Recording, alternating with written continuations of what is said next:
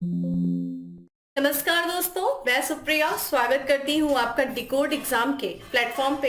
दोस्तों, जैसा कि हम एंशिएंट हिस्ट्री के प्रीवियस ईयर के क्वेश्चंस को सॉल्व कर रहे थे और अपने अपनी लास्ट क्लास में मौर्य डायनेस्टी से रिलेटेड जितने भी प्रश्न आपके एग्जाम में पूछे गए हैं उन्हें हम लोगों ने एक एक करके डिस्कस किया था। उम्मीद करती हूँ वो सीरीज आपको अच्छी लगी होगी। आज उसी सीरीज को आगे बढ़ाएंगे और बात करेंगे दोस्तों आज की क्लास में, ठीक है, पोस्ट मौर्यन पीरियड के बारे में। ठीक है, पोस्ट यानी कि मौर्योत्तर काल जिसे हम हिंदी में कहते हैं। ठीक है, पोस्ट मौर्य पीरियड के बारे में हम यहाँ पे बात करेंगे। दोस्तों, जैसा कि अगर आप लोगों ने एंशिएंट हिस्ट्री क्लास की होगी तो आपको पता होगा कि मौर्यों के पतन के बाद, ठीक है, भारत की जो सत्ता थी, जो राजनीति थी या फिर जो क्षेत्र थे, वो विभिन्न छोटे छोटे क्षेत्रों में बंट जाते हैं। कोई भी एक केंद्रीय सत्ता नहीं रहती है। बहुत छोटे छोटे क्षेत्र जो रहते हैं वो आपस में लड़ रहे होते हैं, ठीक है, आपस में संघर्ष कर रहे होते हैं, जिसका फायदा कौन उठाता है दोस्तों? ये विदेशी आक्रमणकारी। ठीक है, अगर आप देखेंगे ये वही समय है दोस्तों जब भारत में विभिन्न जो है विदेशी शक्तियां भारत में प्रवेश करती, जिसमें से देखा जाए पहले तो हिंद यूनान आते हैं, फिर आते हैं दोस्तों शक आते हैं, पल्लव आते हैं, फिर कुषाण आते हैं। उसी तरीके से भारत की धरती पे भी विभिन्न क्षेत्रीय शक्तियों का उदय होता है, जैसे कि पुष्यमित्र शुंग, जिसने मौर्य वंश के अंतिम शासक बृहदत्त की हत्या करके, ठीक है, मौर्य वंश का पतन किया और साथ ही साथ देखा जाए तो उसी धरती पर देखा जाए तो शुंग वंश की स्थापना की। शुंग वंश के बाद दोस्तों हमें कर्ण वंश देखने को मिलता है और सबसे देखा जाए महत्वपूर्ण वंश सातवाहन वंश, जिसके देखा जाए शासक देखा जाए जिनसे संबंधित प्रश्न बहुत ज्यादा आपके एग्जाम में पूछे जाते हैं, ठीक है, जिन्होंने कहा जाता है कि भूमि अनुदान लेने की प्रथा चलाई थी, ठीक है, वेतन के बदले, उनसे संबंधित प्रश्न आपके एग्जाम में पूछे जाते हैं। तो दोस्तों आज की क्लास में हम देखेंगे विभिन्न क्षेत्रीय राजवंशों के बारे में और उन विदेशी आक्रमणकारियों के बारे में जो भारत की धरती पर आए, और ना सिर्फ भारत की धरती पर आए बल्कि यहाँ के, ठीक है, यहाँ पे उन्होंने अपनी सत्ता स्थापित की और यहाँ के समाज से घुल मिल भी गए। तो यहाँ पे कुछ महत्वपूर्ण प्रश्नों को डिस्कस करेंगे और इसी के साथ देखा जाए तो पोस्ट मॉडर्न पीरियड को मैं पूरी कोशिश करूंगी आपको रिवीजन करा दूं, जिससे कि इससे रिलेटेड कोई भी प्रश्न आपके एग्जाम में जो आए वो आपका छूटे ना। तो स्टार्ट करते अपनी क्लास को शेयर कर दीजिए और साथ ही साथ जब मैं कमेंट बॉक्स में आप आंसर करती रहिएगा जब भी मैं क्वेश्चन को पढ़ रही हूँ। तो हमारा दोस्तों सबसे पहला प्रश्न है आज का कि निम्नलिखित में से किस हिंद यवन शासक ने शीशे के सिक्के जारी किए? देखिए, हिंद यवन शासकों के बारे में हमने बात किया अभी। ये भारत की धरती पर जो पहले, ठीक है, सबसे पहला तो ईरानियों ने आक्रमण किया था, फिर यूनानियों ने किया था। फिर अगर हम बात करते हैं दोस्तों पहली और दूसरी शताब्दी के समय में जो है हिंद यूनानी शासकों का क्या होता है, भारत की धरती पर आगमन होता है। इन्होंने बहुत सारे सिक्के जारी किए, जिसमें से हम बात करते देखिए सोने के भी सिक्कों को जारी करने वाले जो पहले शासक थे, लेख युक्त सोने के सिक्के इन्होंने ही जारी किया था, हिंद यवन शासकों ने ही। जिसमें से जो है एक शासक था जिसने शीशे के सिक्के जारी किए थे। वो शासक कौन सा है दोस्तों? वो शासक है स्ट्रेटो द्वितीय। ठीक है, स्ट्रेटो सेकंड जो है दोस्तों इसने शीशे के सिक्के जारी किए थे। अगर हम बात करते हैं, जैसा कि हमने अभी बात किया कि पहला जो यमन शासक थे, ठीक है, पहले जो भारत पर जो आक्रमण किया था, ठीक है, वो यवनों ने सबसे पहले भारत पर आक्रमण किया था। ध्यान रखिएगा, पहली शताब्दी के समय की मैं बात कर रही हूँ, ईसवी पूर्व की, ठीक है, दूसरी शताब्दी ईसवी पूर्व की बात कर रही हूँ, जब भारत में मौर्यों की सत्ता का समापन हुआ। ठीक है, क्योंकि अगर हम देखें कब किया था दोस्तों, 185 ईसवी पूर्व के समय में, ठीक है, पुष्यमित्र शुंग ने किसको, ठीक है, मारा था? बृहदत्त को मारा था। इसी समय जो है यही वो काल है जब भारत में यवन जो है प्रवेश करते हैं। ठीक है, इसके बारे में अगर हम बात करते हैं जानकारी का, ठीक है, इन यवनों की जानकारी का हमें स्रोत कहां से मिलता है, ये आपके लिए इंपॉर्टेंट है। तो सबसे पहली बात करते हैं दोस्तों, जो है पुष्यमित्र शुंग के समय होता है और ये गार्गी संहिता, ध्यान रखिएगा, गार्गी संहिता जो है दोस्तों उससे हमें जानकारी मिलता है। और अगर हम बात करें कालिदास की एक रचना है दोस्तों मालविकानमित्रम, ठीक है, कालिदास की एक रचना है जिसका नाम है, ठीक है, मालविकानमित्रम। मालविकानमित्रम यानी कि मालविका और अग्निमित्र की प्रेम कहानी, और अग्निमित्र कौन है दोस्तों? पुष्यमित्र शुंग का पुत्र रहता है। इसी से हमें जानकारी मिलती है कि भारत पर जो है यवन आक्रमणकारी आए थे। अगर हम बात करते हैं, ये जो आक्रमणकारी थे ये पश्चिमोत्तर वाले क्षेत्र से आए थे।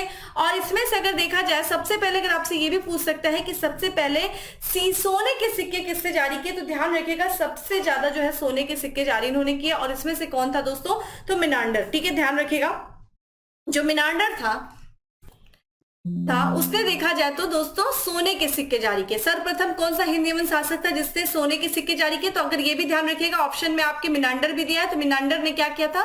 सोने के सिक्के जारी किए थे, ठीक है, सोने के सिक्के जारी किए थे, मेनांडर ने सोने के सिक्के जारी किए थे। और सबसे ज्यादा जो है, अगर आपसे ये पूछ दे कि सबसे ज्यादा स्वर्ण मुद्रा जारी किससे किया था, तो इसी वंश का शासक है दोस्तों, वो ध्यान रखिएगा, उसका नाम क्या है, यूक्रिटाइडिस, ठीक है, यूक्रिटाइडिस ने जो है सबसे ज्यादा सोने के सिक्के जारी किए थे, ठीक है। और शीशे के सिक्के किसने जारी किए थे दोस्तों, स्ट्रेटो द्वितीय ने शीशे के सिक्के जारी किए थे। और ध्यान रखिएगा, हिंद यवन, जिन्हें हम इंडो ग्रीक के भी नाम से जानते हैं, इंडो ग्रीक के भी नाम से जानते हैं, इनके बारे में एक और इंपॉर्टेंट चीज है, इन्होंने लेख युक्त सिक्के जारी किए, ठीक है, लेख युक्त, यानी कि इनके सिक्कों पर राजा रानी के जो है क्या कहते थे, नाम वगैरह लिखा रहते थे। क्योंकि अगर इसके पहले के जो सिक्के जारी होते थे, जिसे हम पंचमार्क कॉइन कहते हैं दोस्तों, आहत सिक्का कहते थे, उसमें चित्र वगैरह बनते थे, जैसे कि मैंने अपनी लास्ट क्लास में भी बताया था, मछली के चित्र होते थे, अर्धचंद्रमा के चित्र होते थे, है ना, ये सारे चित्र, तो उससे बहुत ज्यादा हमें इतिहास की जानकारी नहीं मिलती है। लेकिन ये जो हिंद यवन के लेख युक्त सिक्के थे, इनसे हमें क्या होता था, उस समय के राजा रानी, यानी कि इतिहास के बारे में कि व्यापक जानकारी का स्रोत देने वाले, ये काफी ज्यादा कारगर साबित होते हैं इनके लेख युक्त सिक्के, ठीक है, ये ध्यान रखिएगा। चलिए अगले प्रश्न की तरफ बढ़ते। देखिए, चीजों को तोड़ दिया करिए, अच्छे से जब तोड़ेंगे ना तो बहुत सारी चीजें आपको निकल के आएंगी और प्रश्न वहीं से बन जाते हैं।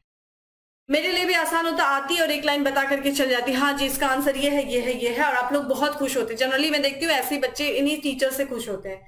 लेकिन ध्यान रखिएगा, क्वेश्चंस का नेचर बदल रहा है, कंपटीशन बहुत टफ हो रहा है। आप सोच सकते हैं 90 पे कट ऑफ जा रही है, 80 पे कट ऑफ जा रही है, तो आप समझ लीजिए कितना टफ कंपटीशन है ना। और आयोग भी नए नए प्रश्नों को इंट्रोड्यूस कर रहा है, तो थोड़ा सा अच्छे से प्रिपरेशन करिए। निम्नलिखित में से किसके सिक्कों पर संकर्षण और वासुदेव दोनों अंकित हैं, ठीक है, वासुदेव कृष्ण और संकर्षण, ठीक है, किसके सिक्कों पर दोनों हैं, तो ये ध्यान रखिएगा, किसके सिक्कों पर, तो ये ध्यान रखिएगा अगाथोक्लीस, ठीक है, अगाथोक्लीस के जो सिक्के हैं ये हमें कहां से मिले हैं, ये भी ध्यान रखिएगा, तो ये अफगानिस्तान से, ठीक है, अफगानिस्तान से एक क्षेत्र है दोस्तों, अफगानिस्तान के एक खानम, ठीक है, ध्यान रखिएगा, एक खानम से हमें अगाथोक्लीस के सिक्के मिले हैं, जिसपे संकर्षण और वासुदेव दोनों के जो है हमें अंकन देखने को मिलते हैं, ठीक है, वासुदेव कृष्ण थे। अगला है, निम्नलिखित में से कौन सा एक अन्य तीनों से समसामयिक नहीं था, ठीक है, तो यहाँ पे देखिए ये पूछ रहा है कि भाई तीन जो है समकालीन थे, एक जो था वो समकालीन नहीं था, वो कौन थे, ठीक है, ये आपसे पूछा जा रहा है। तो ऑप्शंस आपके सामने देखिए, कमेंट बॉक्स में आंसर करिए और वीडियो को शेयर करते रहिए। तो यहाँ पे बिंबिसार है दोस्तों, गौतम बुद्ध है, मिलिंद है और प्रसेनजीत है। ध्यान रखिएगा, इसका करेक्ट आंसर क्या हो जाएगा दोस्तों, सी हो जाएगा, मिलिंद।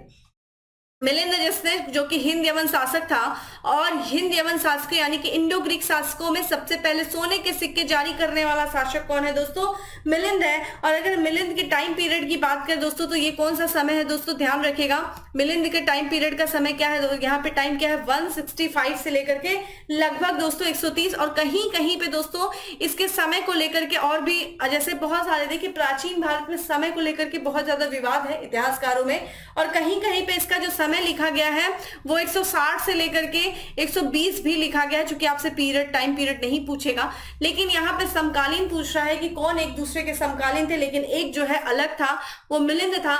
बाकी अगर बात करें बिंबिसार, देखिए बिंबिसार कौन था, ठीक है, मगध का संस्थापक था दोस्तों, मगध में हर्यक वंश का, ठीक है, ध्यान रखिएगा, हर्यक वंश का संस्थापक था, जो कि महात्मा बुद्ध के समकालीन था, ठीक है, महात्मा बुद्ध, बिंबिसार, प्रसेनजीत जो कि कौशल का, ठीक है, ध्यान रखिएगा, कौशल जो महाजनपद था, ठीक है, कौशल महाजनपद का राजकुमार था, ठीक है, राजा था जनपद का, ठीक है, महाकौशल का ये पुत्र था, और इसी की बहन दोस्तों कौन थी, महाकौशला का ही विवाह दोस्तों, विवाह किससे हुआ था दोस्तों, प्रसेनजीत से, माफ करिएगा, बिंबिसार से हुआ था। प्रसेनजीत की बहन है दोस्तों महाकौशला, और महाकौशला का विवाह हुआ था बिंबिसार से।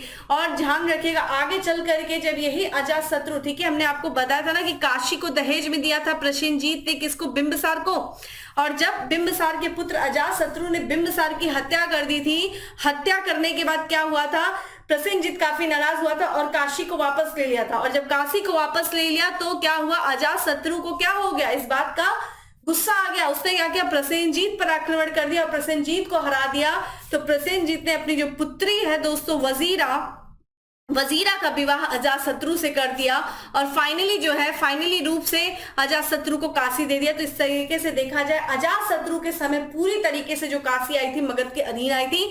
ठीक है, तो ये लोग का जो समय पीरियड है दोस्तों ये लगभग माना जाता है 6ठी शताब्दी ईस्वी पूर्व का ये समय है। ठीक है, 6th सेंचुरी बीसी जब महाजनपद काल वगैरह का समय रहता है तो ये उनका समय है। लेकिन मिलिंदपन की बात करें दोस्तों, मिलिंद की बात करें दोस्तों, तो इनका टाइम पीरियड क्या होता है, ये मिलिंदपन। ठीक है, इनके बारे में हम थोड़ा सा और अगर बात कर ले मिलिंद के बारे में दोस्तों, तो मिलिंद के बारे में आगे बात कर लेते हैं। ठीक है, हम देखते हैं और जहां पे मिलेगा, या फिर मैं सोच रही हूँ थोड़ा सा मिलिंद के बारे में यहीं पे देख लीजिए क्योंकि ये आपके लिए अच्छा रहेगा। ठीक है, थोड़ा सा आप यहाँ पे मिलिंद के बारे में देख लीजिए, काफी ज्यादा प्रश्न पूछे जाते हैं। ठीक है, देखिए मिलिंद की सबसे इंपॉर्टेंट चीज दोस्तों क्या है, मिलिंद जो है इसको हम ठीक है मिलांडर के भी नाम से जानते हैं। ठीक है, मिनांडर के भी नाम से जानते हैं मिलिंद को। ठीक है, मिनांडर के भी नाम से जानते हैं मिलिंद को। और सबसे इंपॉर्टेंट चीज दोस्तों क्या है कि ये किस कुल का था, तो डेमेट्रियस कुल का था। ठीक है, ध्यान रखिएगा, डेमेट्रियस कुल का था, डेमेट्रियस थे कुल का था ये। और ये हिंद यवन शासक था दोस्तों, डेमेट्रियस कुल का था। और इसकी जो राजधानी थी, इंपॉर्टेंट ये है कि इसकी राजधानी क्या थी दोस्तों, राजधानी की बात करें तो साकल जो है इसकी राजधानी थी, साकल। ध्यान रखिएगा, इसके दरबार में एक बौद्ध भिक्षु रहते थे दोस्तों जिनका नाम था नागसेन। ठीक है, नागसेन बौद्ध भिक्षु थे और इन्हीं बौद्ध भिक्षु से दोस्तों ये प्रभावित होकर के बौद्ध धर्म को ग्रहण करता है। ठीक है, और एक चीज बहुत इंपॉर्टेंट है, नागसेन और मिलिंदपन का एक क्वेश्चन आया था दोस्तों, इनके एक वार्तालाप थी जिसका नाम है मिलिंदपन्नो। ठीक है, ठीक है, क्या नाम था दोस्तों, मिलिंदपन्नो। मिलिंदपन्नो में यानी कि मिलिंद के प्रश्न, मिलिंद के प्रश्न किससे संबंधित, बौद्ध धर्म से संबंधित प्रश्न थे, दार्शनिक ये वार्तालाप थी दोस्तों। तो एक तरीके से नागसेन से वो बौद्ध धर्म से संबंधित प्रश्न पूछते हैं, नागसेन उनका उत्तर देते जाते हैं और फिर इतना ज्यादा ये प्रभावित होते हैं नागसेन के उत्तर से कि इन्होंने क्या कर लिया था दोस्तों, जो है बौद्ध धर्म को क्या कर लिया था, ग्रहण कर लिया था। ठीक है, तो ये मिलिंदपन, ये क्वेश्चन एग्जाम में पूछा जा चुका है। और ध्यान रखिएगा चूंकि इन्होंने, मिनांडर ने क्या किया था दोस्तों, यानी कि मिलिंद ने क्या किया था, पहला ये यवन शासक था जिसने सोने के सिक्के जारी किए थे और साथ ही साथ इसने त्रिभाषिक लेखयुक्त, ठीक है ध्यान रखिएगा, त्रिभाषिक, ठीक है त्रिभाषिक लेखयुक्त के भी सिक्के किसने जारी किए थे दोस्तों, लेखयुक्त भी सिक्के जारी किया था, मिलिंद ने ही जारी किया था। तो ये मिलिंद से संबंधित बहुत इंपॉर्टेंट चीजें हैं जो आपके एग्जाम के लिए डायरेक्ट पूछी जा सकती है। चलिए अगले प्रश्न की तरफ बढ़ते हैं। अगला प्रश्न है कि काव्य शैली का प्राचीनतम नमूना किसके अभिलेख में मिलता है, काव्य शैली का, तो ये ध्यान रखिएगा ये मिलता है दोस्तों रुद्रदामन के, ठीक है काठियावाड़ अभिलेख, ठीक है काठियावाड़ के रुद्रदामन का अभिलेख, जिसे देखिए जूनागढ़ का अभिलेख था दोस्तों, जूनागढ़। अच्छा रुद्रदामन कौन था दोस्तों, शक शासक थे, शक जानते, इनके बाद आते हैं हिंद यवनों के बाद आते हैं। और ये उज्जैन का, ध्यान रखिएगा ये उज्जैन का बहुत ही प्रतापी शासक था, उज्जैन का, ठीक है। और यही कहा जाता है उज्जैन पे उस समय शकों का शासन चलता था और यही आकर के जब गुप्त काल का शासक आएगा चंद्रगुप्त द्वितीय विक्रमादित्य, इसी ने उज्जैन में से इन शकों की जो अंतिम शाखा थी जिसमें कहा जाता है कि रुद्रसेन द्वितीय जो शासक था उसको पराजित करके भगाता है और विक्रमादित्य की उपाधि लेता है, शकारी की उपाधि लेता है। और इसी उज्जैन में दोस्तों, इसी उज्जैन में उसने अपनी दूसरी राजधानी बनाता है, कहा जाता है धार्मिक राजधानी रहती है वो उसकी, जहां पे इन 9 रत्नों को वो बैठाता है, इसी यही वो शाखा है दोस्तों रुद्रदामन के समय की, ठीक है। अगर हम इसके टाइम पीरियड की बात करें रुद्रदामन की दोस्तों, तो रुद्रदामन का जो ये टाइम पीरियड लगभग 130 से लेकर के दोस्तों 150 माना जाता है, ईस्वी का रहता है, ठीक है। और अगर हम बात करते हैं इसी ने दोस्तों रुद्रदामन ने ही दोस्तों कहा जाता है, ये जो रुद्रदामन का जूनागढ़ अभिलेख है दोस्तों, रुद्रदामन का जो जूनागढ़ अभिलेख है इसी से हमें जानकारी मिलती है कि इसने जो है बिना बेगार के, ठीक है ध्यान रखिएगा बिना बेगार के, ठीक है सुदर्शन झील का जो आपका जो सुदर्शन झील है दोस्तों गिरनार में, सुदर्शन झील की मरम्मत कराई थी बिना बेगार की, किसने कराया था, रुद्रदामन ने कराया था। और ये भी एग्जाम में आपसे पूछा गया है, ठीक है रुद्रदामन के जूनागढ़ अभिलेख के बारे में। चलिए अगले प्रश्न के बारे में चलते हैं। किस अभिलेख में रुद्रदामन प्रथम की विभिन्न उपलब्धियां वर्णित होती है, देखिए पुनः प्रश्न आ गया। तो रुद्रदामन की जो विभिन्न हमें उपलब्धियां हैं दोस्तों वो हमें किससे पता चलती है, किस अभिलेख से, तो रुद्रदामन के जूनागढ़ अभिलेख से, ठीक है जूनागढ़ अभिलेख से हमें जानकारी मिलती है। और अगर हम जूनागढ़ अभिलेख की कुछ महत्वपूर्ण बातों को बात करें तो ध्यान रखिएगा ये संस्कृत में लिखित, ठीक है संस्कृत में लिखित यानी कि संस्कृत में लिखा गया ये पहला अभिलेख है, ठीक है, ध्यान रखिएगा, पहला अभिलेख है। क्योंकि अगर आपसे बात किया जाए दोस्तों, जो सबसे पहले भारत में जो जिसका अभिलेख मिला है वो अशोक का मिला, और अशोक के जो अभिलेख थे वो प्राकृतिक भाषा में थे, ठीक है। तो इसके पहले के जो अभिलेख थे वो प्राकृतिक भाषा में थे, लेकिन जो है रुद्रदामन का जूनागढ़ अभिलेख से हमें ये संस्कृत में लिखा गया पहला अभिलेख है। और ध्यान रखिएगा क्या था इस समय जो था रुद्रदामन के समय, जो ये जब अभिलेख लिखवाया जा रहा था तो उस समय, ठीक है, सुदर्शन झील के बारे में पता चलता है, सौराष्ट्र में सुदर्शन झील, ठीक है, और उस समय सुविशाख जो था वहां का गवर्नर था, ठीक है। ये सारी चीजें बताई गई और एक एक लाइन यहां से इंपॉर्टेंट है, ठीक है। चलिए, और ये भीतरी स्तंभ लेख की बात करें दोस्तों तो ये स्कंदगुप्त का है, ठीक है, ये गुप्त शासक स्कंदगुप्त का दोस्तों भीतरी स्तंभ लेख है, स्कंदगुप्त। चलिए, अगला है बिना बेगार के किसने सुदर्शन झील का जीर्णोद्धार कराया। देखिए आ गया ना, वो प्रश्न पूछा गया यूपीपीसीएस प्री में ही पूछा गया है कि बिना बेगार के सुदर्शन झील का जीर्णोद्धार करवाया था दोस्तों, किसने करवाया था? रुद्रदामन प्रथम ने करवाया था, ठीक है, रुद्रदामन प्रथम ने। प्रश्न आपके दिमाग में यह आना चाहिए कि भाई जो है इस सुदर्शन झील का निर्माण किसने करवाया था सौराष्ट्र में दोस्तों? तो ये ध्यान रखिएगा, इस सुदर्शन झील का जो निर्माण करवाया था वो करवाया था चंद्रगुप्त मौर्य ने, ठीक है, चंद्रगुप्त मौर्य ने। फिर इस पे बाद का निर्माण करवाया दोस्तों अशोक ने। उसके बाद रुद्रदामन आता है जिसने क्या किया था दोस्तों, इस पे बिना बेगार के इसका जीर्णोद्धार करवाया था सुदर्शन झील का। उसके बाद देखिए गुप्त वंश का शासक रहता है स्कंदगुप्त, स्कंदगुप्त ने भी इसके बाद की मरम्मत करवाई थी। तो इस तरीके से जो है रुद्रदामन के जूनागढ़ अभिलेख से हमें 4 शासकों के बारे में जानकारी मिलती है, ठीक है। चलिए, अगला है, और हमने ये भी बताया ना जब ये जीर्णोद्धार करवा रहा था तो उस समय कौन था गवर्नर? सुविशाख था। कार्दमक क्षत्रपों ने निम्नलिखित में से किस धातु में अति दुर्लभ सिक्के प्रचलित किए? तो किसने किए थे दोस्तों? इस पे हम डायरेक्ट आंसर पे चलते हैं, तो ताम्र, ठीक है, करेक्ट आंसर इज ए है ताम्र। अगला है, सूची 1 को सूची 2 से सुमरित कीजिए तथा नीचे के कूट से सही उत्तर चुनिए। तो देखिए एक तरफ क्या दिया है दोस्तों, शासक के नाम दिए हैं, और एक तरफ क्या दिया है दोस्तों, वो किस वंश से थे, किस साम्राज्य थे उनसे संबंधित, यानी किस वंश से थे, ये दिया है। अभी हमने आपसे बात की, देखिए रुद्रदामन पे आ जाता है। रुद्रदामन में लगातार बता रही हूँ आपको किससे संबंधित है, शक से संबंधित है, ठीक है, रुद्रदामन। तो देखिए क्या हमें यहाँ पे देखिए एलिमिनेशन मेथड लगाइए, इससे आपका समय बच जाएगा। तो यहाँ पे जो है ये उत्तराखंड पीसीएस में प्रश्न आया था, बी का क्या है 4 है, कहीं बी का हमें 4 दिख रहा है। देखिए एक ही ऑप्शन ही हमें दिख रहा है, करेक्ट आंसर हमें डायरेक्ट मिल गया, लेकिन हम यहाँ से छोड़ेंगे नहीं, हम सारी चीजों को देखेंगे। इसी तरह से हम डेमेट्रियस की बात करें जो कि हिंद यवन शासक था, डेमेट्रियस, और ये किससे, हिंद यवन था, ठीक है, डेमेट्रियस, ठीक है।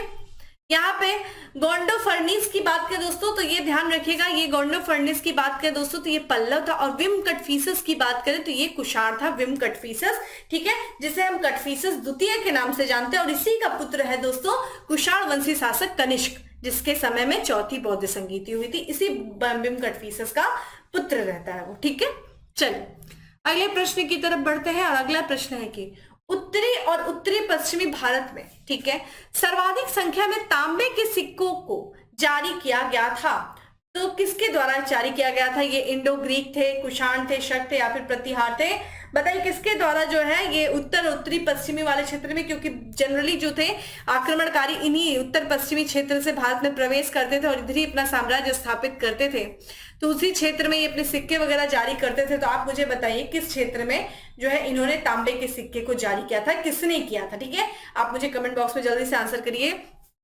इसका जो करेक्ट आंसर है दोस्तों वो क्या था, कुषाणों ने, ठीक है, कुषाणों ने जो है सबसे बड़ी मात्रा में, ठीक है, तांबे के सिक्के जारी किए। और इसमें भी कौन था वो शासक, कुषाणों में कौन था शासक? तो वो था दोस्तों विम कटफिसस, ठीक है, विम कटफिसस जो था उसी ने सोने, ध्यान रखिएगा, सोने और साथ ही साथ तांबे के सिक्के, ठीक है, तांबे के सिक्के जारी किए थे, ठीक है। इंडो ग्रीक कौन थे? इंडो ग्रीक ने जिन्होंने सबसे पहले, ठीक है, सोने के सिक्के जारी किए, ठीक है, सोने के सिक्के जारी किए, और ठीक है, और एक आपसे पूछा जाए कौन सबसे पहले, तो मिनांडर ने, ठीक है, मिनांडर ने। और साथ ही साथ अगर देखा जाए इसी का स्ट्रैबो द्वितीय, जिससे शीशे के सिक्के जारी किए, ठीक है। और कुषाणों में ध्यान रखिएगा, कुषाणों में जो कनिष्क के समय में ये जाना जाता है कि सबसे ज्यादा शुद्ध सोने के सिक्के जारी किए थे, किसने किए थे? कुषाणों ने किए थे, ठीक है। अगला है, बुद्ध का किसके सिक्कों पर अंकन मिलता है?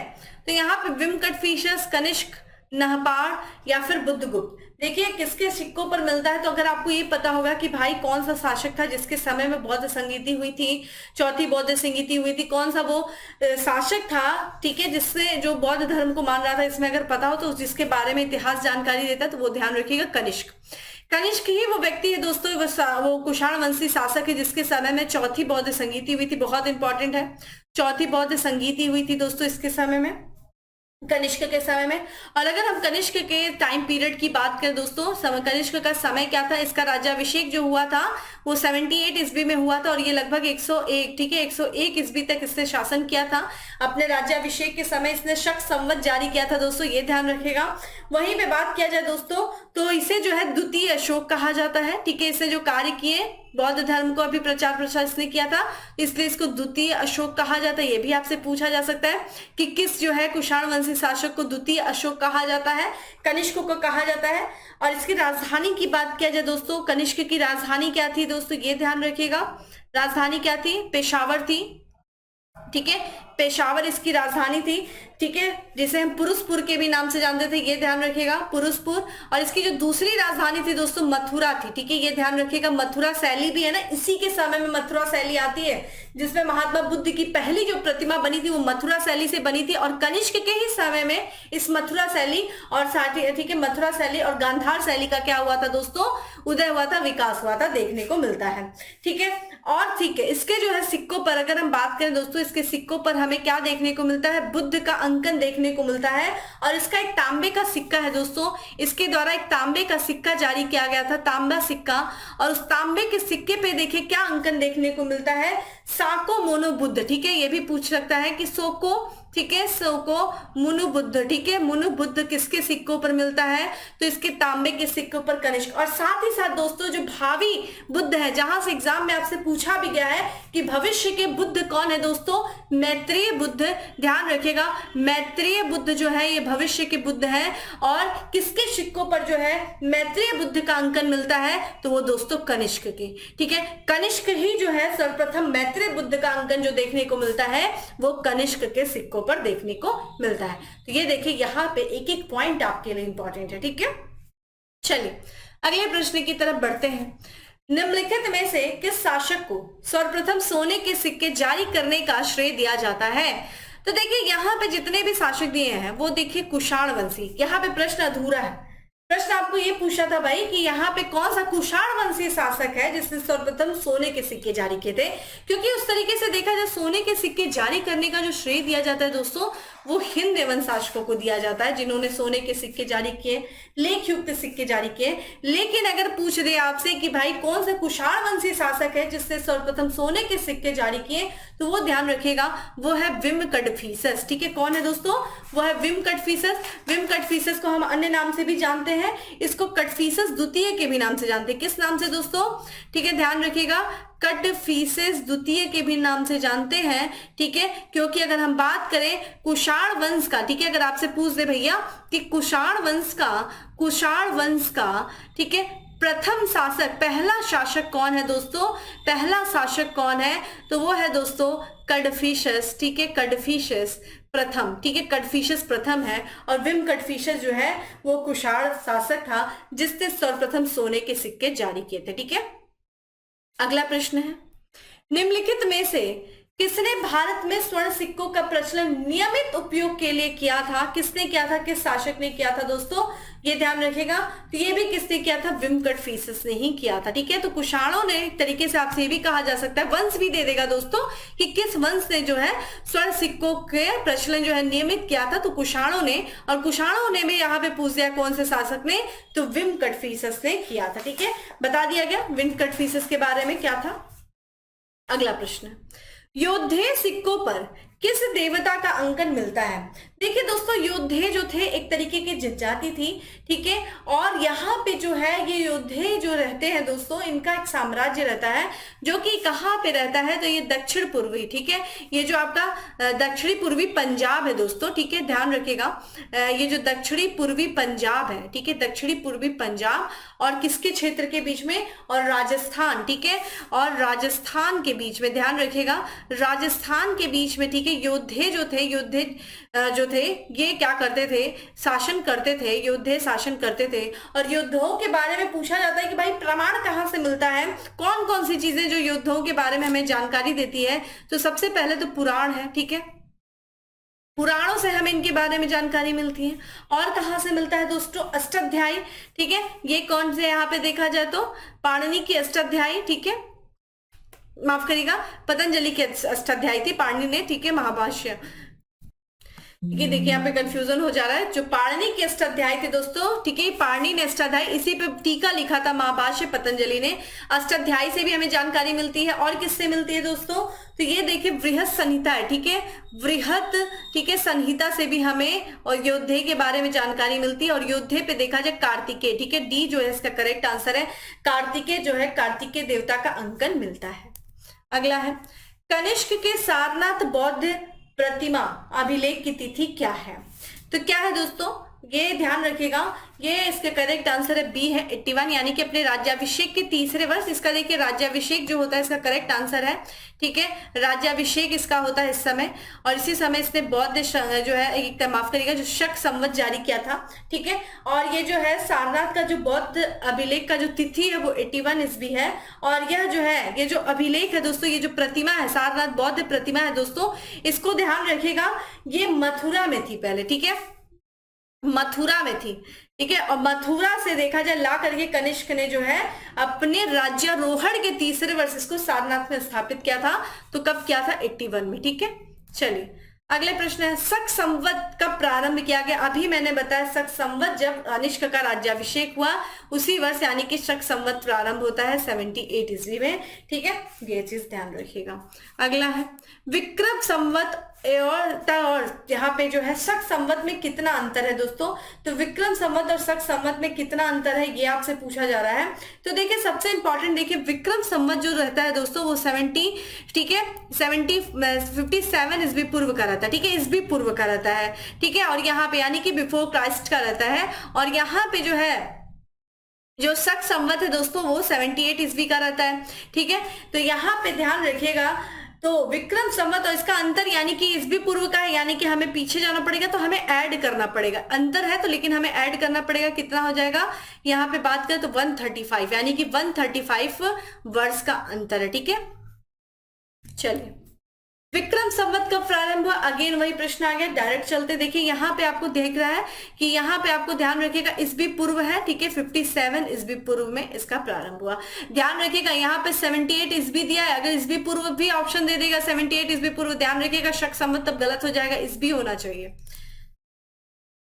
कनिष्क के समकालीन निम्नलिखित नामों का अध्ययन करें और निम्नांकित उत्तर कोड के अनुसार अपना उत्तर इंगित करें। तो ये पूछा है कि इस समय जो है कनिष्क का समकालीन कौन था। देखिए बौद्ध संगीति, जब हम लोग बौद्ध धर्म के बारे में डिस्कस कर रहे थे तो हमने देखा था कि बौद्ध धर्म की 4 संगीतियां हुई थी, जिसमें जो चौथी संगीति हुई थी वो कुषाण वंशी शासक कनिष्क के काल में हुई थी दोस्तों, कुंडलग्राम में हुई थी, जो कि कहाँ पे है, जम्मू कश्मीर के।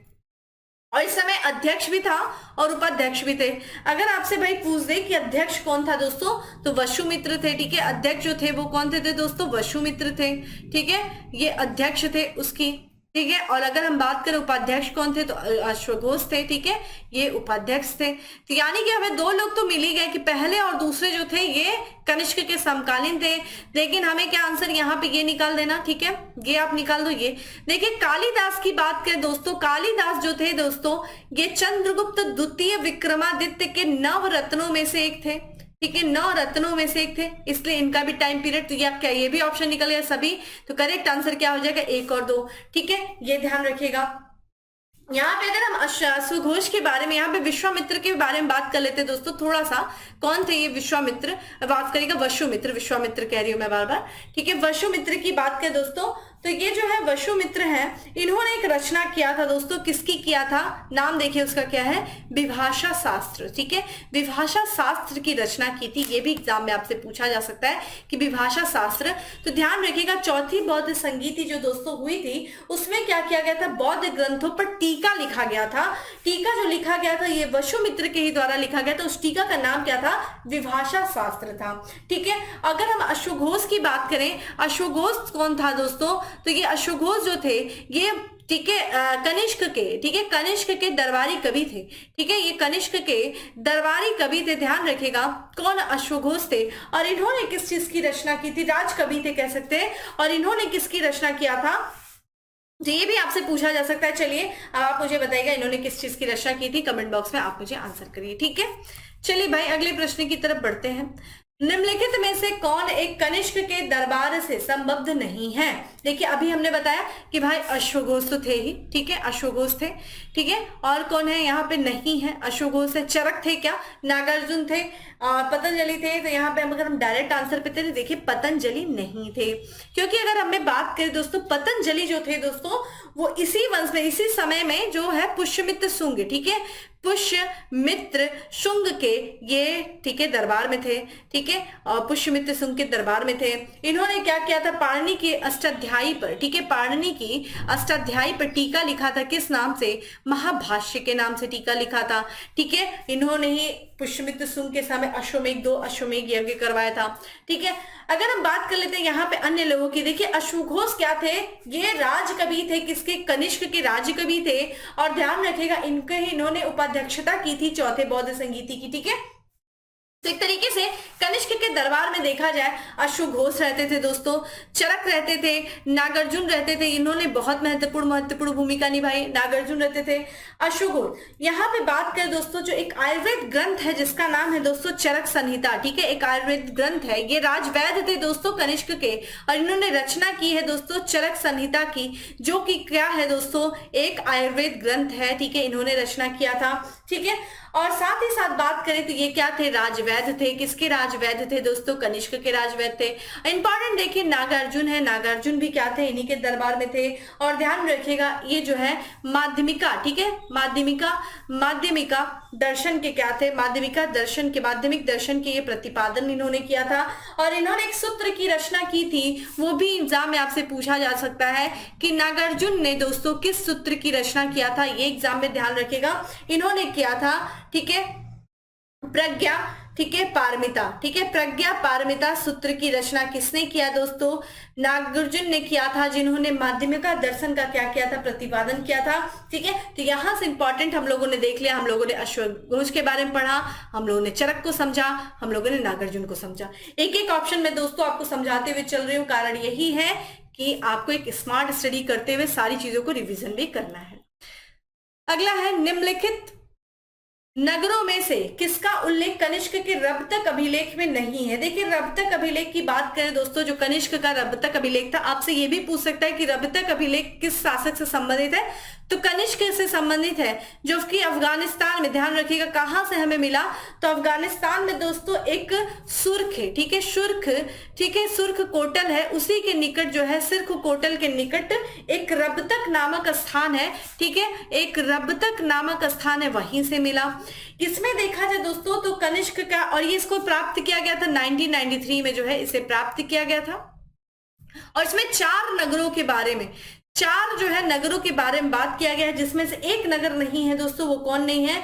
श्रावस्ती नहीं है, ठीक है, श्रावस्ती नहीं है। बाकी देखा जाए कौशाम्बी भी है, पाटलिपुत्र भी है, चंपा भी है, ठीक है। और एक नगर कौन सा है दोस्तों? चौथा साकेत, ठीक है, साकेत। तो ये कौन कौन से? कौशाम्बी, पाटलिपुत्र, चंपा, साकेत, इन 4 नगरों का उल्लेख, ठीक है, कनिष्क के रबतक अभिलेख में किया गया है।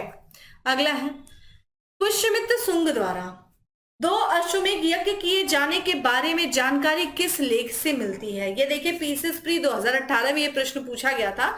तो पुष्यमित्र शुंग के द्वारा जो 2 अश्वमेध यज्ञ किए जाने की जानकारी मिलती है, ये अयोध्या अभिलेख से मिलती है।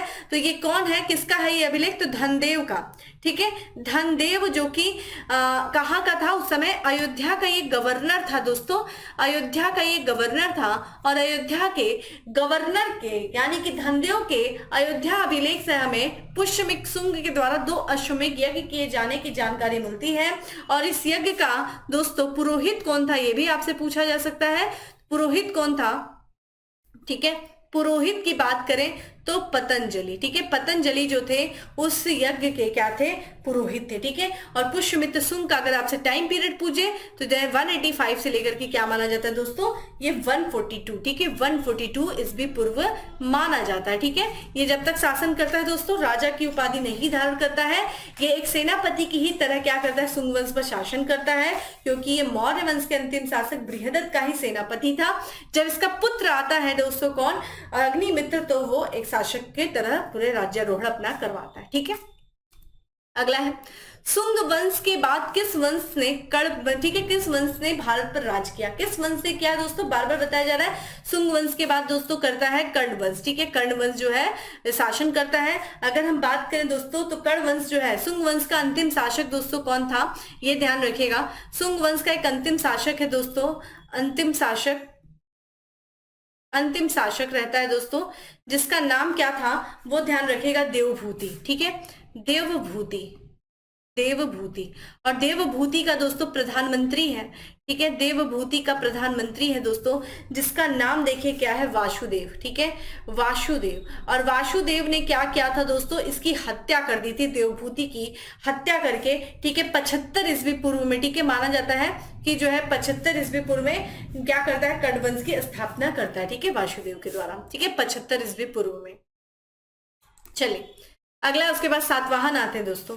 निम्नलिखित में से कौन सा शासक वर्ण व्यवस्था का रक्षक कहा जाता है, तो कौन सा शासक था दोस्तों, पुष्यमित्र शुंग है, खारवेल है, या फिर गौतमी सतकर्णी है, वासुदेव है, कौन सा शासक रहता है, तो ये ध्यान रखिएगा, इसका जो करेक्ट आंसर है वो गौतमी पुत्र सतकर्णी, ठीक है, सातवाहन शासक है दोस्तों, ठीक है, सातवाहन शासक है गौतमी पुत्र सतकर्णी। ये जो है क्या कहलाता है, वर्ण व्यवस्था का रक्षक कहलाता है दोस्तों। ये अगर हम बात करें सातवाहन इसके बारे में दोस्तों, तो गौतमी पुत्र सतकर्णी का जो टाइम पीरियड है ध्यान रखिएगा, ठीक है। अगर हम थोड़ा सा सातवाहनों की भी बात कर लेते हैं, चूंकि सातवाहन था, और अगर हम इसके टाइम पीरियड की बात करें दोस्तों, क्या था दोस्तों, तो 106 से लेकर के लगभग माना जाता है 130 ईस्वी पूर्व माना जाता है। और ये ध्यान रखिएगा दोस्तों, ये महान शासक था उस समय का, और इसे हम क्या कहते हैं, इसे हम एक अन्य नाम से भी जानते हैं दोस्तों, क्या कहते हैं, आगमन, ठीक है, आगमन निलय के नाम से जानते हैं इसे। आगमन निलय मतलब क्या है, वेदों का आश्रयदाता, ठीक है, ये वेदों का आश्रयदाता है, ठीक है, आश्रयदाता। और साथ ही साथ दोस्तों कहा जाता है कि इसने क्या किया है, जो चतुर्वर्ण व्यवस्था थी उसकी इसने रक्षा किया था, जो छिन्न भिन्न हो रही थी जो वर्ण व्यवस्था उसकी इसने रक्षा की थी, ठीक है। और इसके बारे में जो हमें जानकारी मिलता है, ठीक है, इसके गौतमी पुत्र सतकर्णी के बारे में जो हमें जानकारी मिलता है, किससे मिलता है दोस्तों, तो ध्यान रखिएगा, नासिक प्रशस्ति से, ठीक है, किससे मिलता है दोस्तों, नासिक प्रशस्ति से जो है हमें जानकारी मिलती है, ठीक है। सातवाहनों का ये शासक था। चलिए अगले प्रश्न की तरफ बढ़ते हैं। मौर्यों के बाद दक्षिण भारत में सबसे प्रभावशाली राज्य था दोस्तों, किसका था, मौर्यों के बाद देखा जाए दक्षिण भारत में पूछा, ध्यान रखिएगा, उत्तर भारत में, दक्षिण भारत में। और दक्षिण भारत में मौर्यों के बाद जो सबसे प्रभावशाली राज्य था दोस्तों वो सातवाहनों का था, ठीक है। सातवाहनों की बात करें दोस्तों तो इनका जो है संस्थापक कौन था, जो है स्थापना किसके द्वारा की गई थी, तो सीमुक के द्वारा जो है इसकी स्थापना की गई थी। जो कर्ण वंश का दोस्तों अंतिम शासक था, ध्यान रखिएगा, कर्ण वंश का, ठीक है, अंतिम शासक, ठीक है, अंतिम शासक था, अंतिम शासक, ये सब पूछा जाता है इसलिए मैं बता रही हूं। अंतिम शासक था जिसका नाम क्या था दोस्तों, सुशर्मा, ठीक है, सुशर्मा को, ठीक है, क्या किया था, सुशर्मा, ये अंतिम शासक था। तो सुशर्मा को पराजित करके सीमुक ने क्या किया था, सातवाहन वंश की स्थापना की थी। दक्षिण भारत का ये एक प्रभावशाली, ठीक है, राज्य था। और इनका जो मूल स्थान था, चूंकि दक्षिण भारत ये बोल रहा है तो आप दक्षिण भारत तो भाई बहुत है, वहां पे आंध्र भी आता है, कर्नाटक भी आता है, तमिल भी आता है, तो किस क्षेत्र में, तो ध्यान रखिएगा महाराष्ट्र में, ठीक है। महाराष्ट्र के प्रतिष्ठान जो था, महाराष्ट्र का, ठीक है, महाराष्ट्र का प्रतिष्ठान जो था, प्रतिष्ठान ये उनका मूल स्थान था, ठीक है, प्रतिष्ठान जो था ये इनका मूल स्थान था। और इनकी अगर हम प्रारंभिक राजधानी की बात करें दोस्तों, ये सब ध्यान रखिएगा, इनकी जो प्रारंभिक राजधानी थी दोस्तों क्या थी, ये भी आपसे पूछा जाता है। तो प्रारंभिक जो राजधानी थी वो धान्यकटक थी, ठीक है, वो क्या थी, धान्यकटक। और धान्यकटक को वर्तमान में हम अमरावती के नाम से जानते हैं, अमरावती के नाम से जानते हैं, ठीक है। धान्य कटक, और बाद में आगे चल करके, ठीक है, जो इसी का एक वंश का शासक रहता है दोस्तों, ठीक है, जिसका हम क्या कहते हैं, सतकर्णी, ठीक है, सतकर्णी प्रथम जो रहता है, आगे चल करके उसने अपनी राजधानी बदली थी, जो कि किसे कहता है, पैठन, ठीक है, पैठन, पैठन को अपनी राजधानी बनाता है, जो कि प्रतिष्ठान, इनका जो मूल स्थान रहता है, किसने बनाया था दोस्तों, तो सतकर्णी प्रथम ने, ठीक है, सतकर्णी प्रथम ने पैठन को अपनी राजधानी बना ली थी, ठीक है। अगला है, किस चीनी जनरल ने कनिष्क को, ठीक है, हराया था, कनिष्क को हराया था दोस्तों, तो ये ध्यान रखिएगा, इसमें बहुत ज्यादा हमें इन डेप्थ नहीं जाना है। पांचाऊ नाम ध्यान रखिएगा, जो कि एक चीनी जनरल था, ठीक है, पांचाऊ, पांचाऊ ने जो है हराया था। करेक्ट आंसर क्या हो जाएगा दोस्तों, डी हो जाएगा, ठीक है, डी जो है इसका करेक्ट आंसर हो जाएगा, माफ करिएगा, ए जो है इसका करेक्ट आंसर, पांचाऊ। बाल विवाह की प्रथा आरंभ हुई थी, किसके काल में हुई थी, मौर्य काल में, कुषाणु, देखिए कुषाणु के काल में देखिए बाल विवाह की प्रथा आरंभ हुई थी। डायरेक्ट आंसर पे चलते हैं, ठीक है, कुषाणु के समय में कहा जाता है 10 वर्ष तक की आयु कर दी गई थी, बच्चों की जो है 10 वर्ष की आयु में भी विवाह कर दिया जाता था, ठीक है। अगला है, कला की गांधार शैली निम्न समय में फली फूली, किसके समय में जो है गांधार शैली दोस्तों फली फूली, तो ये ध्यान रखिएगा, कुषाण के समय में, ठीक है, कुषाणों में भी जो कनिष्क शासक रहता है दोस्तों, कनिष्क के समय में गांधार शैली जो है फली फूली थी काफी। और ध्यान रखिएगा, गांधार शैली के साथ साथ मथुरा शैली भी, ठीक है, मथुरा इसका क्षेत्र रहता है, मथुरा शैली। और महात्मा बुद्ध की जो पहली मूर्ति रहती है, ठीक है, पहली मूर्ति, ठीक है, बुद्ध की, ठीक है, ध्यान रखिएगा, बुद्ध की जो पहली मूर्ति रहती है वो इसी मथुरा शैली की रहती है, लेकिन अगर सर्वाधिक मूर्तियां जो देखा जाए, सर्वाधिक जो मूर्ति है वो गांधार शैली की बनी, ये भी एग्जाम में पूछा गया आपसे, ठीक है। अगला है, निम्नलिखित में से कौन सही सुमिलित नहीं है, एक तरफ ध्यान रखिएगा राजवंश है, और किसके द्वारा कौन से सोने के सिक्के, कौन से धातु के सिक्के जारी किए गए, ये आपसे पूछा जा रहा है। कुषाणों के समय कौन सा था, इसके समय में ये देखा, इसमें ये बोल रहा है दोस्तों कि कौन सा सही सुमिलित नहीं है, तो ये ध्यान रखिएगा कौन सा सही सुमिलित नहीं है।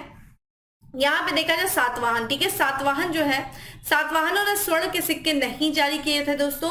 अगर हम देखें तो सातवाहनों की बात करें दोस्तों, तो इन्होंने जो है कई तरह के, देखिए, चांदी के सिक्के जारी किए, ठीक है, चांदी के, फिर देखा जाए दोस्तों तांबे के, ठीक है, और फिर शीशे के भी सिक्के इन्होंने जारी किए थे दोस्तों। और एक और सिक्का जारी किया था पोर्टिन, ध्यान रखिएगा, पोर्टिन के सिक्के जो जारी किए थे वो सातवाहनों ने जारी किए थे। और पोर्टिन का सिक्का था कि ये एक मिश्र धातु थी, किसको किसको मिला करके, तो ताम्र, ठीक है, तांबे को मिला करके ताम्र है, ठीक है, जिंक है, ठीक है, जिंक हो गया, शीशा है, इन सब को मिला करके पोर्टिन बनाया जाता था। तो पोर्टिन के सिक्के जारी किसने किया था, सातवाहनों ने।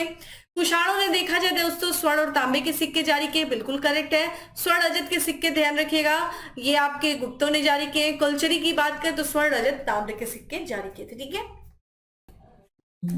अगला प्रश्न है, सूची 1 को सूची 2 से सुमिलित करना है और हमें देखना है कि कौन सा इसमें सही है। देखिए डायरेक्ट चलते, गांधार शैली अभी हमने बात किया दोस्तों, कौन था, कनिष्क था, ठीक है, कनिष्क के समय में गांधार शैली, ठीक है, यानी कि कुषाण शासक कनिष्क था। फिर कह रहे देखिए मिलिंद पन्नो, स्टार्टिंग में इन्हें आपको बता दिया, ठीक है, नागसेन और मिलिंद यानी कि हिंद यवन शासक जो है मिलिंद के बीच में जो बात हुई थी वो मिनांडर, ठीक है, मिलिंद पन्नो। जूनागढ़ अभिलेख दोस्तों रुद्रदामन, ठीक है, रुद्रदामन का जूनागढ़ अभिलेख। और तक्षशिला लेख की बात करें तो पाटिक। तो इसका आंसर क्या हो जाएगा, पहले का 3 है, दूसरे का 4 है, तो 3 4 हमें देखने को मिल रहा है कहीं। देखिए एलिमिनेशन मेथड से लगाते तो आपका समय बिल्कुल बचता, पहला ही देख लेते, पहले का 3 अगर पता है तो आप आंसर कर गए होते, ठीक है। अगला है, अफगानिस्तान का बामियान प्रसिद्ध है दोस्तों, किस लिए प्रसिद्ध है, ध्यान रखिएगा, बुद्ध प्रतिमा के लिए। करेक्ट आंसर जो हो जाएगा वो डी हो जाएगा। यहाँ पे जो है ये बुद्ध प्रतिमा के लिए बामियान जो है प्रसिद्ध था। और ये अफगानिस्तान में ये बामियान की पहाड़ी थी दोस्तों, उसको काट करके जो है बुद्ध की प्रतिमा बनाई गई थी, बड़ी बड़ी विशाल प्रतिमाएं थी, लेकिन तालिबानियों के शासन के दौरान इनको नष्ट कर दिया गया, तो ये चर्चा में था बामियान। अगला है, जो कला शैली भारतीय और यूनानी आकृति का मिश्रण है उसे कहते, देखिए भारतीय और यूनानी शैली को मिलाकर के एक नए शैली का विकास किया गया जिसे गांधार शैली कहते हैं। किसके समय में, कनिष्क के समय में, ठीक है, कनिष्क के समय में, ठीक है, ध्यान रखिएगा, तो गांधार शैली होगी। अगला है, निम्नलिखित में से किस मूर्ति कला में सदैव हरित स्तरित चट्टान का प्रयोग माध्यम के रूप में होता है। देखिए आर्ट एंड कल्चर का विषय है, जब आर्ट एंड कल्चर के बारे में डिस्कस करेंगे तो वहां अच्छे से डिस्कस कर लेंगे। यहाँ पे हम डायरेक्ट आंसर पे चलते हैं, ध्यान रखिएगा, तो गांधार मूर्ति कला, ठीक है, करेक्ट आंसर क्या हो जाएगा, गांधार मूर्ति कला। अगला है, प्राचीन काल के भारत पर आक्रमणों के संबंध में निम्नलिखित में से कौन सा एक सही कालानुक्रम है? तो सबसे पहले कौन है, उसके बाद कौन है, ये आपसे पूछ रहा है। तो देखिए यहाँ पे सबसे पहले यूनानी आए थे, ये तो आपको पता है, इसको हटा दीजिए, इसको हटा दीजिए। यूनानी आए थे, फिर शक आए थे, फिर कुषाण आए थे, ठीक है। इसी में बीच में देखा जाता है, कहा जाता है पल्लव भी आए थे, ठीक है। तो इसका चूंकि पल्लव नहीं दिया है तो ये ध्यान रखिएगा, ये करेक्ट आंसर। अगला है, पहला ईरानी शासक जिसने भारत के कुछ भागों को अपने अधीन किया था कौन सा था? तो देखिए सबसे पहले जो है भारत पर आक्रमण करने वाले ये ईरानी थे, और पहला जो ईरानी शासक था दोस्तों वो कौन था, वो ध्यान रखिएगा, हखामनी राजाओं, ठीक है। सबसे पहले तो ईरानी, जिसे हम क्या कहते थे उस समय, पर्शिया कहते थे, और ये कौन से थे दोस्तों, हखामनी वंश के थे, ठीक है, हखामनी वंश के थे। और हखामनी वंश का शासक है दोस्तों जिसे हम क्या कहते हैं, डेरियस प्रथम के नाम से जानते हैं, ठीक है, डेरियस प्रथम, जिसे हम दारा प्रथम के नाम से जानते हैं, ठीक है, दारा प्रथम।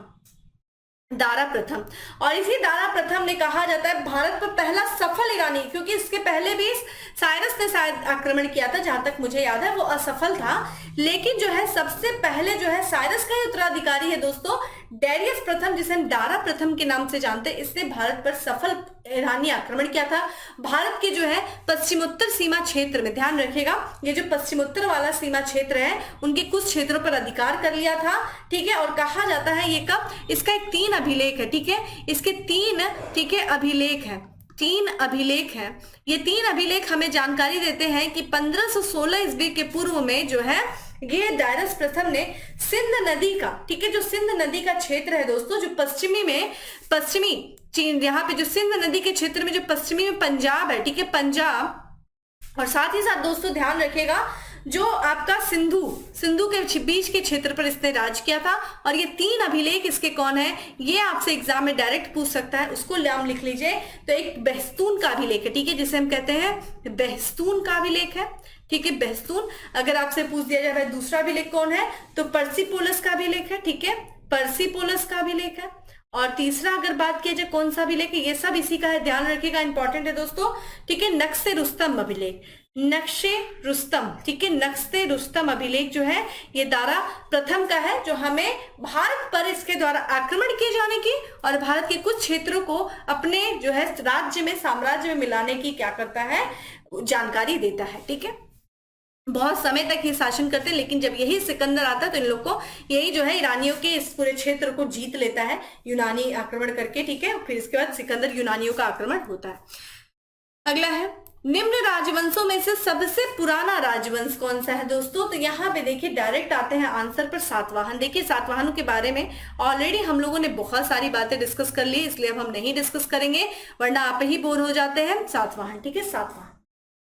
अगला है, आंध्र सातवाहन राजाओं की सबसे लंबी सूची किस पुराण में मिलती है? देखिए पुराण जो है हमें कई राजवंशों के बारे में जानकारी देते हैं, जिसमें से देखा जाए पुराणों में, देखा जाए कुल जो है, कुल अगर हम पुराणों की बात करें दोस्तों, पुराणों में हमें कुल 30 जो है 30 सातवाहन शासकों के बारे में जानकारी मिलती है, ठीक है, उनका क्रम मिलता है। लेकिन सिर्फ एकमात्र यहाँ पे देखा जाए जो मत्स्य पुराण है दोस्तों, मत्स्य पुराण की बात करें तो यहाँ पे जो है मत्स्य पुराण में दोस्तों क्या होता है कि 29, ठीक है, 29 राजाओं की सूची मिलती है, ठीक है, 29 राजाओं की सूची मिलती है, ठीक है, हम लोग को।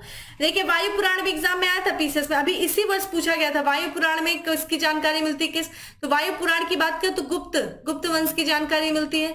विष्णु पुराण में हमें मौर्य वंश की जानकारी मिलती है। ये सब आया था दोस्तों एग्जाम में, ठीक है। तो देखिए बहुत चालाकी से आयोग पेपर बनाता है, आप बहुत भटकते हैं इधर उधर, क्या पढ़ लें।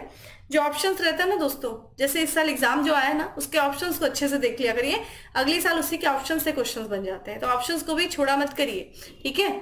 चलिए, सातवाहनों की राजधानी अवस्थित थी, कहाँ अवस्थित थी? अभी हम लोगों ने बात किया अमरावती में जो है सातवाहनों की राजधानी थी, अमरावती, ठीक है, अमरावती में सातवाहनों की राजधानी थी, जिसे हम धान्य कटक के नाम से जानते थे, धान्य कटक के नाम से जानते थे। आगे चल करके सतकर्णी प्रथम ने जो है अपनी राजधानी बना ली थी, कौन सी बना ली थी?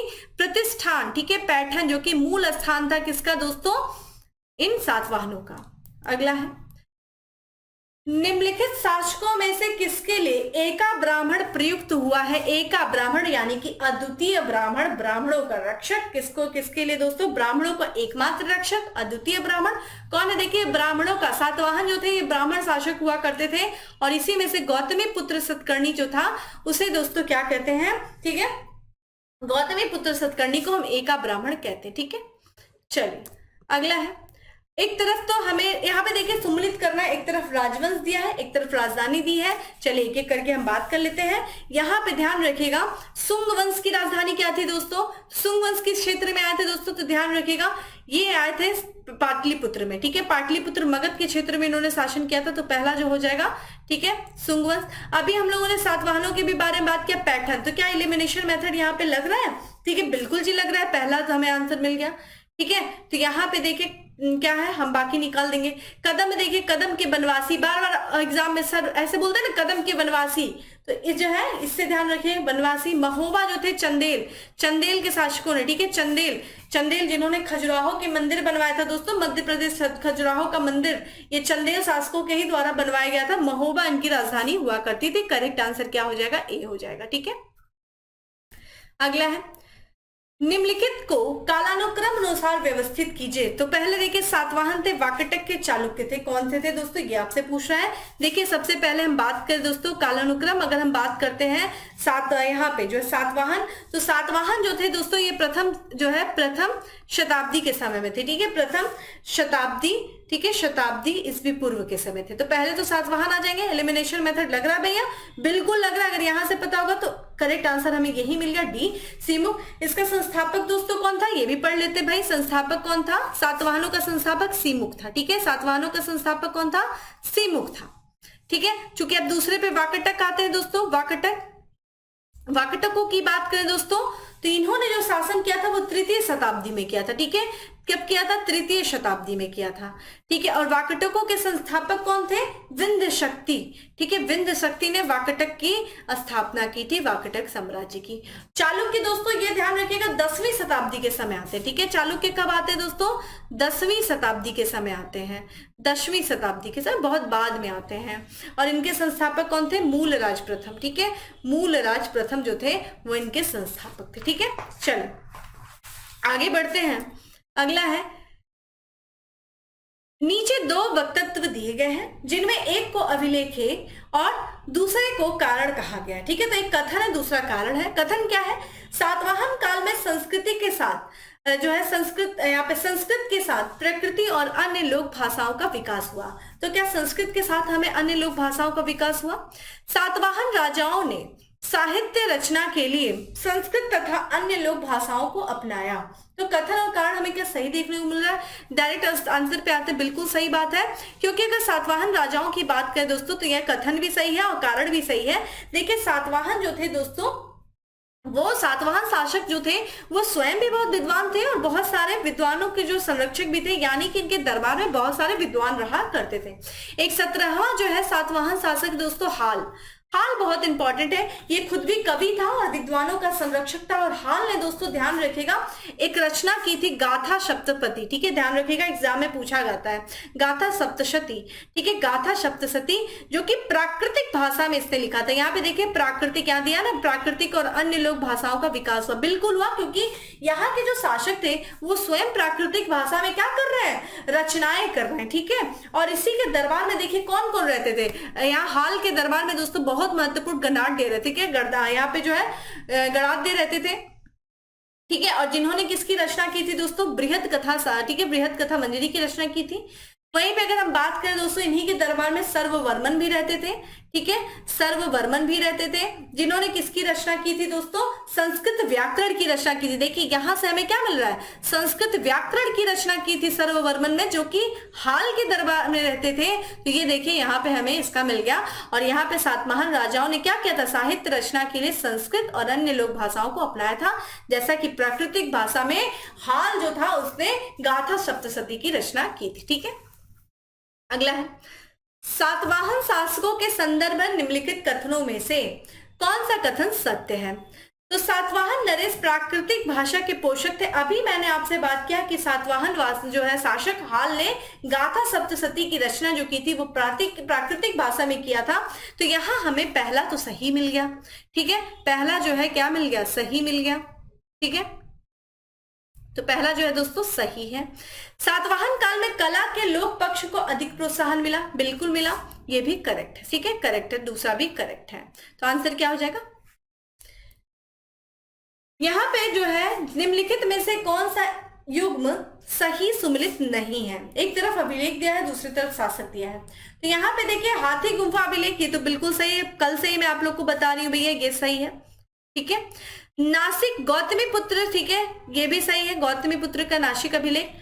भीतरी अभिलेख ये देख ले, गिरनार का रुद्र दामन अभिलेख, ये भी सही है। देखिए भीतरी अभिलेख जो है दोस्तों ये पुलकेशिन द्वितीय का नहीं है, भीतरी अभिलेख गुप्त वंश के शासक स्कंद गुप्त का, ठीक है, स्कंद गुप्त का है भीतरी अभिलेख।